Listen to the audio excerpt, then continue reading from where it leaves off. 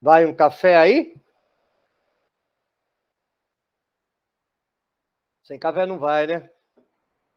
Vocês maratonando, ouvindo e eu maratonando, fazendo. Quem está mais cansado? Mas vamos lá. Meio versículo da Bíblia, Gênesis 1, versículo 2b, e dois tipos de erros. Um, que é o erro de escolher errado a acepção da palavra. O outro, o erro de traduzir errado a palavra. Vamos lá? Bem, quando você lê muitas Bíblias e compara o resultado das traduções com o texto hebraico, você encontra, basicamente, duas situações de um texto traduzido errado. Uma tão grave quanto a outra do ponto de vista do resultado. Ora, se há duas palavras no texto, ou dois textos diferentes, e os dois estão traduzidos errado, mas o tipo de é diferente, numa culpa do tradutor é compreensível, na outra não, isso não diz nada sobre o impacto sobre o leitor. O leitor está sendo desinformado. Quanto mais o leitor religioso, que em vez de ler a Bíblia como um livro escrito por uma pessoa humana, traduzido por outra pessoa humana e lido por uma pessoa humana, entende que aquele versículo que está traduzido errado foi produzido pelo Espírito Santo e é iluminado no coração dele pelo Espírito Santo. Olha a desgraça completa. Completa. A desgraça é total. Sorrindo para não parecer que eu estou fazendo uma campanha de ira. Estou sorrindo, já cansei. Mas não há desserviço maior no Brasil à cidadania, no que diz respeito ao desenvolvimento da habilidade de leitura do cidadão, do que as igrejas. Não há. Ninguém deteriora mais a condição cidadã do brasileiro no que diz respeito à capacidade de leitura do que a igreja.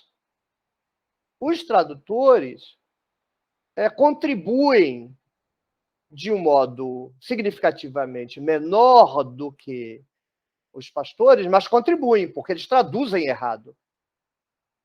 Mas ainda que eles tivessem traduzido errado e os pastores fizessem a orientação, o esclarecimento das suas ovelhas, no sentido de que, gente, olha só, a Bíblia vem do hebraico, não é isso aí. Ó, vou projetar a Bíblia hebraica aqui, tá vendo? A gente não sabe nem reconhecer os desenhos, quanto mais ler.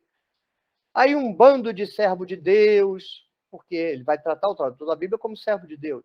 Então, um grupo de servo de Deus, em oração, traduz para a gente como um serviço a Deus. Mas você sabe, assim como o pastor pode errar, o tradutor pode errar, então nossa tradução pode estar errada. Eu não tenho competência para saber, vocês não têm, a gente precisaria de alguém aqui que entende. Então vamos fazer o seguinte, a gente lê, a gente conversa, a gente aprende, mas a gente fica sabendo que pode estar errado. Senta e espera. É verdade que um ou outro pastor faz isso, mas é a minoria da minoria da minoria. A maioria nem tem a noção de que o texto está errado. Quando ele fala de Bíblia inerrante, é porque ele aprendeu isso e acredita nisso. O que é errado em todos os sentidos, inclusive no sentido que ele pretensamente está usando.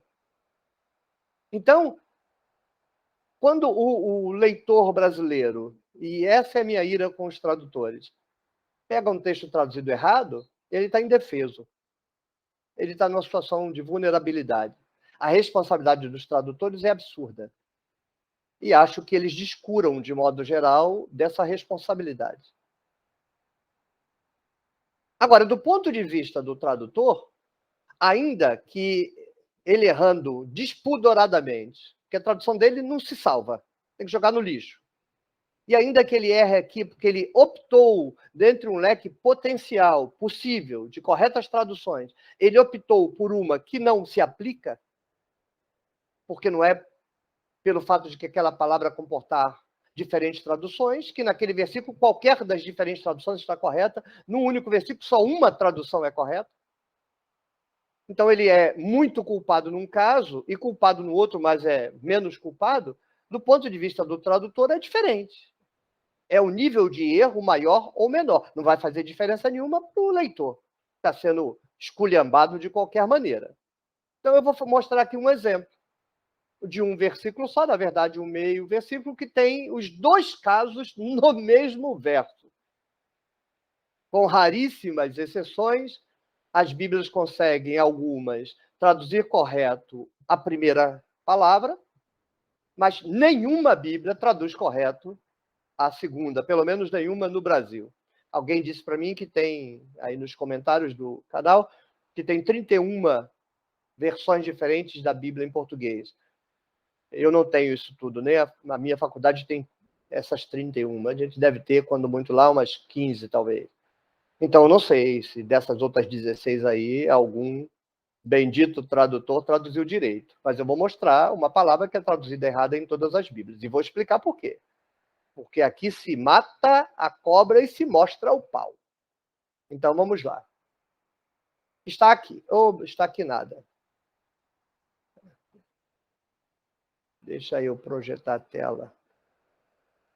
Que eu vou cortar, então não tem problema.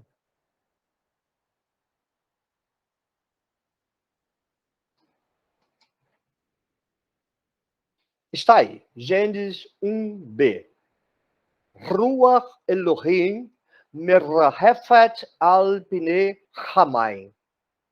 Ruach Elohim merahefet al pnei hamayim.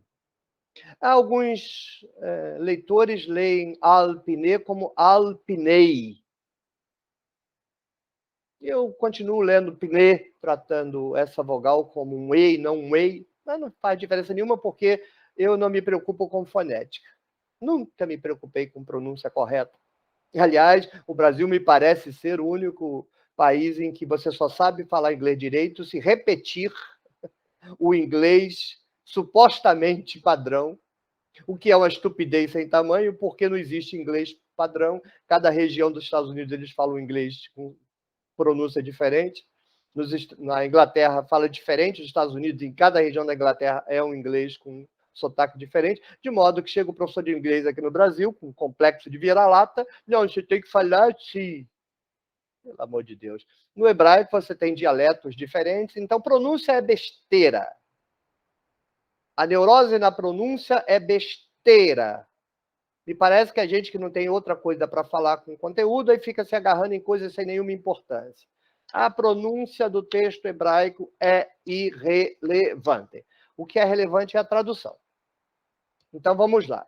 Primeiro caso, erro de tradução, porque a pessoa optou, dentro da possibilidade estatística da palavra, ou seja, ela ocorre na Bíblia diversas vezes, e em cada lugar ela tem um sentido diferente, e aí ele optou por colocar aqui o sentido errado. É Ruach Elohim. Ruach pode ser traduzido como espírito, como vento ou como sopro. Espírito, vento ou sopro. Não é que em qualquer versículo, tanto faz você botar espírito, sopro ou vento. Não. Porque quando o escritor usou rua, ele estava pensando em espírito, ou estava pensando em vento, ou estava pensando em sopro. Então você tem que traduzir o que ele estava pensando. A ideia exata da palavra. Então você vai encontrar, se você tiver Bíblias em casa, faça o exercício. Você vai encontrar Bíblias que traduziram Ruach Elohim como Espírito de Deus. Ainda bota o E maiúsculo. Você vai encontrar menos Bíblia que vai traduzir vento de Deus. Tem. São poucas. Se não me falha a memória, uma das versões que circulam da Bíblia de Jerusalém, não a mais antiga, eu acho que a mais nova, vento de Deus. E a pastoral, se não me falha a memória, traduz sopro de Deus. Vamos lá. Gramaticalmente, isola a tradução do verso. Digamos que o professor colocasse essa expressão no quadro, na lousa, Ruach Elohim, e mandasse 3 alunos traduzirem. Aí um traduz Espírito de Deus, o outro traduz Vento de Deus, o outro traduz Sopro de Deus. Está fora de contexto a frase. Para quem eu daria certo? Para os 3, que a tradução gramaticalmente está correta. O problema não é a gramática, o problema é a semântica e a sintaxe. A semântica dentro da frase. A semântica dentro do discurso. Discurso aí entendido como a fala que nasce na mente do escritor e que se projeta no texto, fechado, sentido fechado. Aí, por razões que eu aqui não vou aprofundar, vão no canal Caminhos do Imaginário, do Cláudio Bersot. Eu fiz uma live lá sobre Gênesis de 1 a 3. Lá eu falo, não me aprofundo muito, mas falo. E na live que eu vou fazer aqui no canal na terça-feira, dia 8 de fevereiro, eu vou tratar disso. Não vou usar esse texto, o texto é o Provérbios 34, mas aqui também está a presença de Ruach. Então vamos lá, Espírito de Deus está errado. Todos os tradutores que optam por colocar aí nesse verso a tradução do Espírito de Deus, para mim estão errados. Fora desse contexto, estaria certo. Nesse contexto, está errado. Não é, em nenhuma hipótese, o Espírito de Deus. A Bíblia, eu só conheço uma, que coloca sopro de Deus, para mim também está errado. Não é sopro de Deus. A tradução correta é vento de Deus, no meu modo de entender. É a tradução, por exemplo, do Gerhard von Rad, Teologia do Antigo Testamento. E é a tradução da melhor Bíblia que eu conheço, que é aquela Bíblia An American Translation, ou Translate, acho que é Translate. The Bible An American Translate, publicada pela Universidade de Chicago no início do século XX. Ela é uma Bíblia quase que perfeita. E lá traduz Wind of God, né? Um vento de Deus. Então, isso ilustra o fato de que o tradutor pode errar, porque o dicionário dá a ele aquela possibilidade, mas traduzir a Bíblia não é escolher versões de um dicionário. Traduzir a Bíblia é descobrir exatamente o que o escritor estava pensando e traduzir a palavra, seja de modo formal, seja de modo dinâmico, que expresse exatamente a ideia que estava na cabeça do sujeito e que agora está plasmada no texto perdido na polissemia. Veja aí o vídeo sobre polissemia, ou então o que é texto na exegese histórico-social indiciária. Nesse caso, o que o escritor desse texto está dizendo, aquilo a que ele está fazendo referência é o vento de Deus. E um vento de Deus que impede a criação. Não tem nenhuma ação criativa de Ruach Elohim aí. Ele está, inclusive, em paralelo poético com treva, né? Treva sobre a face do abismo. Muito bem. Agora vamos para o segundo erro. Aí é um erro que não tem como perdoar. Porque esta palavra, merafet, é uma palavra bastante rara na Bíblia, só ocorre 3 vezes na Bíblia hebraica. Aí, ela está numa forma específica do verbo hebraico que usa o sentido da raiz verbal na sua máxima intensidade. Chama piel. Lá em Jeremias 23:9. Lá em Jeremias 23:9, o sentido, que é uma das 3 ocorrências dessa palavra, está dado pela raiz simples. Alguns chamam de cal, outros chamam de paal. Eu chamo de cal. Aprendi nas gramáticas como cal. É a forma simples. O sentido da raiz é o sentido mais simples possível daquela raiz. Lá, o profeta diz assim, que ele ouve a palavra de Deus e os ossos dele, dentro do corpo dele, se estremecem como num terremoto. Então, essa palavra já expressa, na forma simples, um movimento violento. Não é aquele tremor quando você toca a pele amada, aquele tremor erótico. É o tremor de pavor, de susto. É um tremor violento. E isso expresso quando a raiz verbal está formulando a ideia com a menor intensidade possível. Não tem intensidade menor para o sentido de um verbo do que a forma cal. E nesta menor intensidade possível, já é um abalo sísmico, um terremoto. Ora, aqui em Gênesis 1:2, é a mesma raiz de Jeremias 23, mas na sua forma máxima e intensiva. Então é um movimento violentíssimo. Como os tradutores traduzem? Pairava. Ou vou desprojetar e vou voltar e vou fazer a minha cara de novo. Como os tradutores traduzem? Pairava. Tem aluno meu no curso regular de teologia que ficou com bronca porque eu bato muito nos tradutores. Mas não tem condição. Eu juro, eu me seguro. Mas chega num caso desse, o cara está copiando a Bíblia dos outros, porque ele não fez a pesquisa léxica dessa palavra. Não é possível. Não é possível. Outros botam se movia. Pelo menos se movia. Mas esta palavra, no tronco piel, não permite uma tradução como se movia. O cara podia traduzir da cambalhota, correu como o Bolt, alguma coisa assim, mas se movia. Em inglês tem flutuava. Flutuava, gente, pelo amor de Deus. O que o cara está traduzindo? Ele não traduz a Bíblia. Entendam o que eu vou dizer. O tradutor não está diante da pessoa real que escreveu esse texto.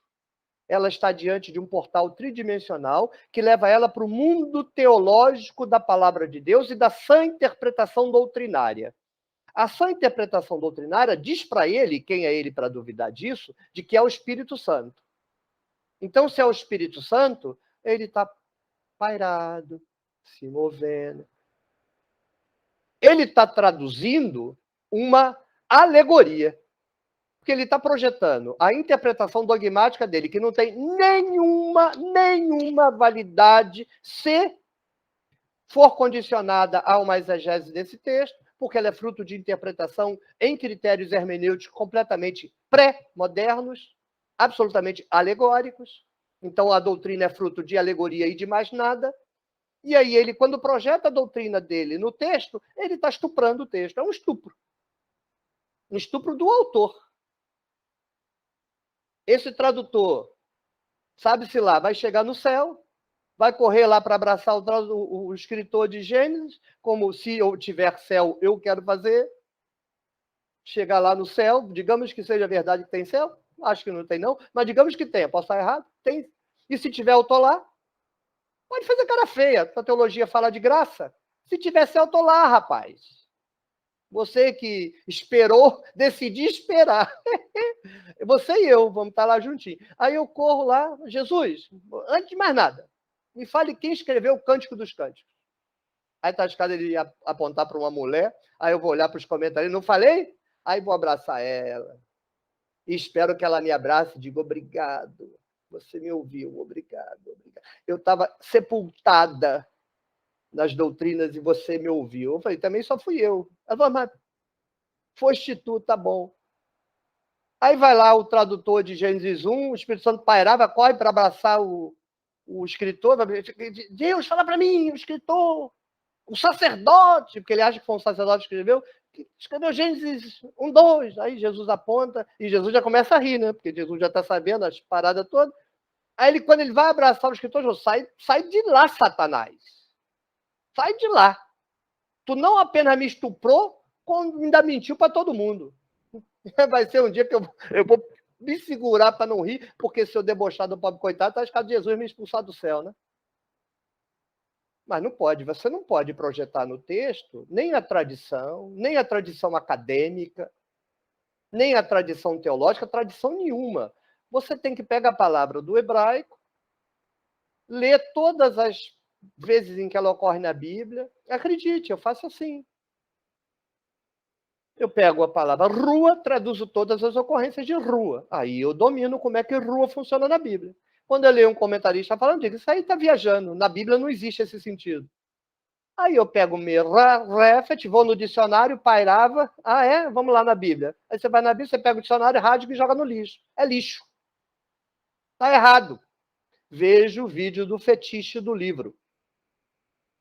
Livro pode ser fetiche. Porque livro é uma extensão de uma pessoa. As pessoas mentem? Mentem. Livro também. As pessoas erram? Erram. Livro também. Livro não é uma coisa. Livro é uma extensão de que uma pessoa pensou e escreveu. Se a pessoa escreveu besteira, o livro é besteira. Se uma pessoa cometeu um erro, o livro é um erro. Simples desse jeito. Então, qual é a dificuldade que vocês têm? Tu nem sabe que está errado, meu amigo. Você está naquela, gosta do mundo da igreja, mas fica meio tentado pelo mundo da pesquisa, mas ainda acredita que quando você está lendo lá, Deus orienta. Porque pense bem, me permitam desmontar essa teologia irracional da revelação, da iluminação, blá, blá, blá.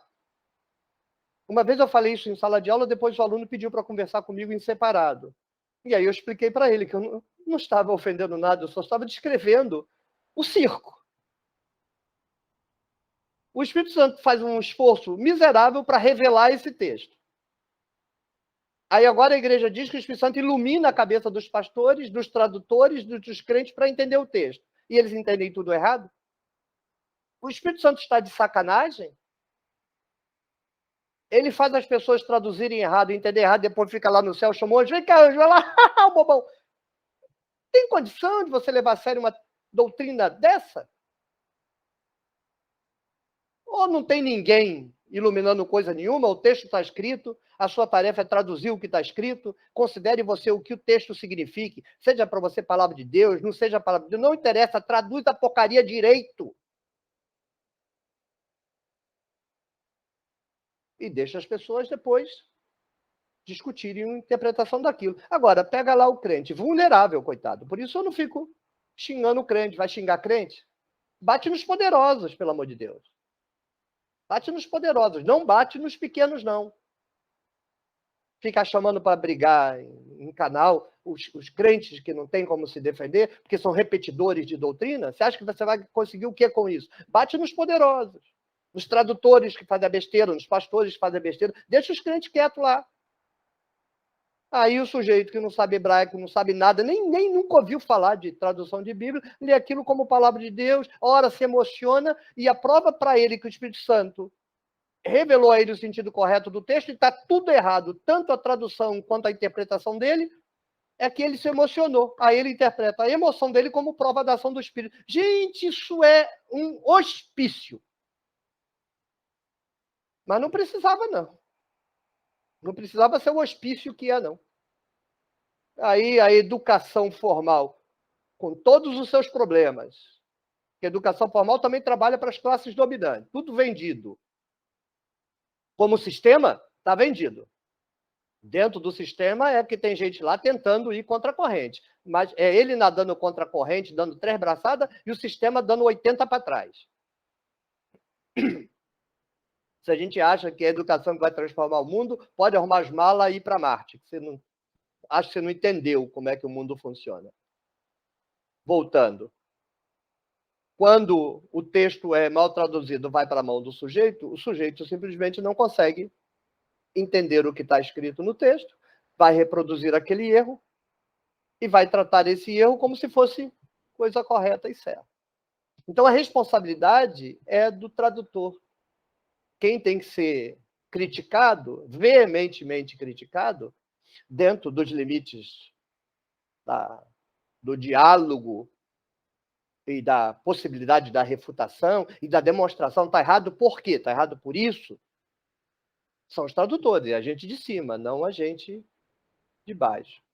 Então, você que está no meio do caminho, não sabe se fica na igreja, se vai para a pesquisa, você está num mundo complicadíssimo, porque você ainda carrega orientações espirituais, que é mitologia pura, sobre o texto.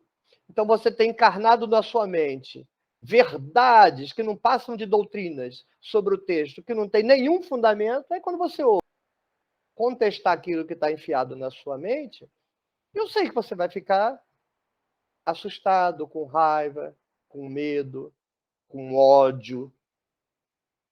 Eu sei. Eu não culpo você. Culpo o seu pastor e culpo o tradutor da Bíblia. Eu os culpo.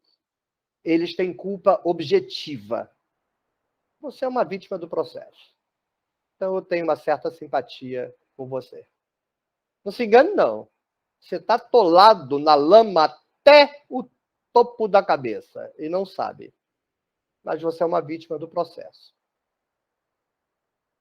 Quer deixar de ser vítima? Quer se esclarecer? Ok. Um caminho é, quem sabe, vir aqui para a tenda do necromante e ouvir as besteiras que eu falo. Outro caminho é buscar literatura especializada e começar você mesmo a caminhada, porque qualquer um pode fazer essa caminhada de desenvolvimento na direção do conhecimento e sair desse mundo de hipnose supostamente espiritual, que de espiritual não tem nada. Tchau, tchau.